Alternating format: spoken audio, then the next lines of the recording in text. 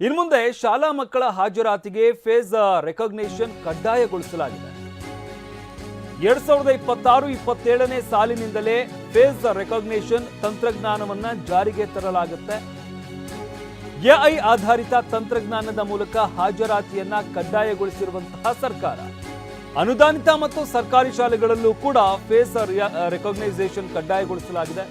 ಒಟ್ಟು 2.16 ಕೋಟಿ ವೆಚ್ಚದಲ್ಲಿ ಫೇಸ್ ರೆಕಗ್ನೈಸೇಷನ್ ತಂತ್ರಜ್ಞಾನವನ್ನು ಅಭಿವೃದ್ಧಿಪಡಿಸಲಾಗುತ್ತೆ.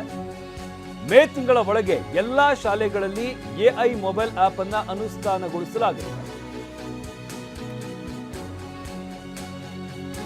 ಸ್ಯಾಟ್ಸ್ ತಂತ್ರಾಂಶದ ಮೂಲಕ ಪೋಷಕರು ಹಾಜರಾತಿಯನ್ನು ಪರಿಶೀಲಿಸಬಹುದು. ಅಂದ್ರೆ ಮೊಬೈಲ್ ಆಪ್ ನಲ್ಲೇ ಕೂತ್ಕೊಂಡು ಪೋಷಕರು ತಮ್ಮ ಮಕ್ಕಳು ಶಾಲೆಗೆ ಹೋಗಿದ್ದಾರಾ ಇಲ್ವಾ, ಎಷ್ಟೊತ್ತಿಗೆ ಹೋಗಿದ್ದಾನೆ, ಎಷ್ಟೊತ್ತಿಗೆ ವಾಪಸ್ ಬಂದಿದ್ದಾನೆ, ಇದೆಲ್ಲವನ್ನು ಕೂಡ ಮೊಬೈಲ್ ನಲ್ಲೇ ನೋಡಬಹುದಾಗುತ್ತೆ.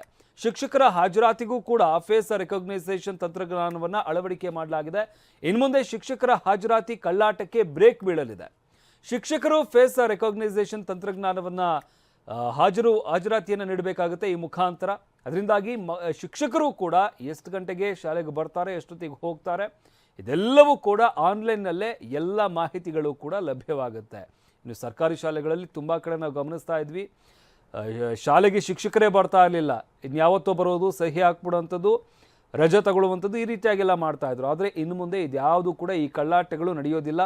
ಶಿಕ್ಷಕರು ಕೂಡ ಶಾಲೆಗೆ ಬರಲೇಬೇಕಾಗತ್ತೆ. ಅದ್ರ ಜೊತೆಗೆ ಮಕ್ಕಳು ಕೂಡ ಶಾಲೆಗೆ ಬರುವಂಥದ್ದು, ಅವರ ಹಾಜರಾತಿ ಫೇಸ್ ರೆಕಗ್ನಿಷನ್ ಮುಖಾಂತರ ಹಾಜರಾತಿ ದಾಖಲಾಗುತ್ತೆ.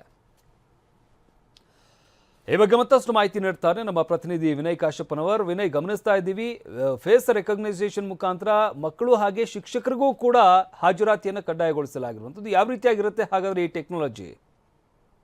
ಶಮಂತ್, ಟಿವಿ9 ಕೂಡ ಕಳೆದ 7-8 ತಿಂಗಳ ಹಿಂದೆ ಈ ರೀತಿಯಂತ ಒಂದು ಚಿಂತನೆ ಕೈ ಹಾಕಿರುವ ಬಗ್ಗೆ ಸುದ್ದಿಯನ್ನು ಕೂಡ ಪ್ರಸಾರ ಮಾಡಿತ್ತು. ಈಗ ಆ ಒಂದು ಆದೇಶವನ್ನ ಮೇ ಒಳಗಡೆ ಎಲ್ಲಾ ಪ್ರಾಥಮಿಕ ಮತ್ತು ಪ್ರೌಢಶಾಲೆಗಳಿಗೆ ಎಐ ಬೇಸ್ಡ್ ಹಾಜರಾತಿಯನ್ನ ಪ್ರಾಥಮಿಕ ಮತ್ತು ಪ್ರೌಢಶಾಲೆಗಳಿಗೆ 2.16 ಕೋಟಿ ವೆಚ್ಚದಲ್ಲಿ ಅದನ್ನ ತರಬೇಕು ಅನ್ನುವಂತಹದ್ದನ್ನು ಕೂಡ ಈಗ ಆದೇಶ ಆಗಿರುವಂತದ್ದು.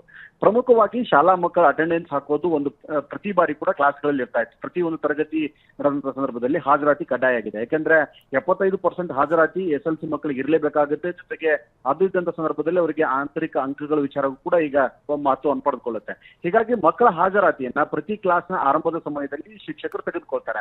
ಯಾವುದೇ ಒಂದು ತರಗತಿ ನಡೀಬೇಕಾಗಿದೆ ಅಂತ ಸಂದರ್ಭದಲ್ಲಿ ಇಂಗ್ಲಿಷ್ ಆಗಿರ್ಬೋದು, ಗಣಿತ ಆಗಿರ್ಬೋದು, ಯಾವುದೇ ಸಬ್ಜೆಕ್ಟ್ ನ ಶಿಕ್ಷಕರು ತಮ್ಮ ತರಗತಿಯ ಹಾಜರಾತಿಯನ್ನು ಪಡಿತಾರೆ. ಅದಕ್ಕೆ 10 ರಿಂದ 15 ನಿಮಿಷ ಸಮಯ ವ್ಯಯ ಆಗ್ತಾ ಇತ್ತು.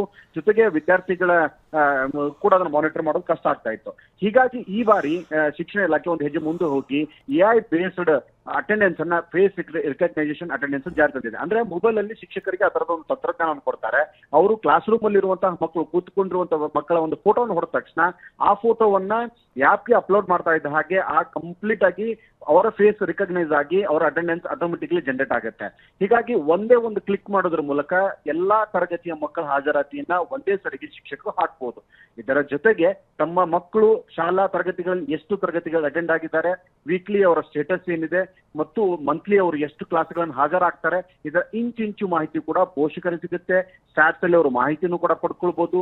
ಹೀಗಾಗಿ ತಮ್ಮ ಮಕ್ಕಳ ತರಗತಿ ಹಾಜರಾತಿ ಆಗಿರ್ಬೋದು, ಜೊತೆಗೆ ಅವರು ಕಲಿಕೆಯಲ್ಲಿ ಯಾವ ರೀತಿಯಾಗಿ ಕ್ಲಾಸ್ಗಳನ್ನ ಅಟೆಂಡ್ ಮಾಡ್ಕೊಂಡು ಹೋಗ್ತಾ ಇದ್ದಾರೆ, ಇವೆಲ್ಲವೂ ಕೂಡ ಅವರಿಗೆ ಸಿಗುತ್ತೆ. ಜೊತೆಗೆ ಶಿಕ್ಷಣ ಇಲಾಖೆಗೂ ಕೂಡ ಇದೊಂದು ತುಂಬಾ ಸುಲಭ ಮತ್ತು ಏಕಕಾಲಕ್ಕೆ ಇಡೀ ಕ್ಲಾಸ್ನ ಎಲ್ಲಾ ವಿದ್ಯಾರ್ಥಿಗಳ ಅಟೆಂಡೆನ್ಸ್ ಅನ್ನ ಒಂದೇ ಒಂದು ಫೋಟೋವನ್ನ ಕ್ಲಿಕ್ ಮಾಡೋದ್ರ ಮೂಲಕ ಕೂಡ ತೆಗೆದುಕೊಳ್ಬಹುದು. ಮತ್ತೊಂದು ವಿಚಾರ, ಶಿಕ್ಷಕರು ಕೂಡ ಸಾಕಷ್ಟು ಹಳ್ಳಿಗಾಡು ಪ್ರದೇಶಗಳಾಗಿರ್ಬೋದು ಅಥವಾ ಗ್ರಾಮೀಣ ಭಾಗದಲ್ಲಾಗಿರ್ಬೋದು ಶಾಲೆಗೆ ಬಂದು ಹಾಜರಾತಿ ಪುಸ್ತಕದಲ್ಲಿ ಸಹಿಯನ್ನ ಮಾಡಿ ಬೇರೆ ಬೇರೆ ಪರ್ಸನಲ್ ಕೆಲಸಗಳಿಗೂ ಕೂಡ ತೆಗೆದುಕೊಳ್ತಾ ಇದ್ರು, ತರಗತಿಯಲ್ಲಿ ಇರ್ತಾ ಇರಲಿಲ್ಲ. ಹೀಗಾಗಿ ಈಗ ಶಿಕ್ಷಣ ಇಲಾಖೆ ಇದಕ್ಕೊಂದು ಆಪ್ ಅನ್ನ ತೆಗೆದುಕೊಂಡು ಬಂದಿದೆ. ಶಿಕ್ಷಕರು ಈ ಆಪ್ ಅನ್ನ ಡೌನ್ಲೋಡ್ ಮಾಡ್ಕೋಬೇಕು ತಮ್ಮ ಮೊಬೈಲ್ ಅಲ್ಲಿ. ಅವರು ತಮ್ಮ ಕರ್ತವ್ಯಕ್ಕೆ ಹಾಜರಾದ ನಂತರ ಅದರಲ್ಲಿ ಲಾಗಿನ್ ಅನ್ನ ಕೊಡಬೇಕು. ಅದು GPS ಬೇಸ್ಡ್ ಆಗಿರುತ್ತೆ. ಅಂದ್ರೆ ಆ ಶಾಲೆಯ GPS ಬೇಸ್ಡ್ ಆಗಿರುತ್ತೆ. ಶಿಕ್ಷಕ ಅದರ ವ್ಯಾಪ್ತಿಯಿಂದ ಹೊರಗೋದಂತ ಸಂದರ್ಭದಲ್ಲಿ ಆತ ಶಾಲೆಯಲ್ಲಿ ಇಲ್ಲ ಅನ್ನೋ ಮಾಹಿತಿ ಕೂಡ ಈಗ ಸ್ಪಷ್ಟವಾಗಿ ಇಲಾಖೆಗೆ ಸಿಗುತ್ತೆ. ಹೀಗಾಗಿ ಇಂತಹ ಒಂದು ತಂತ್ರಜ್ಞಾನಕ್ಕೆ ಮತ್ತು ಇಂತಹ ಒಂದು ಪ್ಲಾನಿಂಗಿಗೆ ಶಿಕ್ಷಕರಿಗೂ ಕೂಡ ಅವರ ಹಾಜರಾತಿ ಕಳ್ಳಾಟಕ್ಕೂ ಕೂಡ ಬ್ರೇಕ್ ಹಾಕೋದಕ್ಕೆ ಮುಂದಾಗಿರುತ್ತದೆ. ಶಮಂತ್, ಧನ್ಯವಾದ ವಿನಯ್ ನಿಮ್ಮೆಲ್ಲ ಮಾಹಿತಿಗಾಗಿ.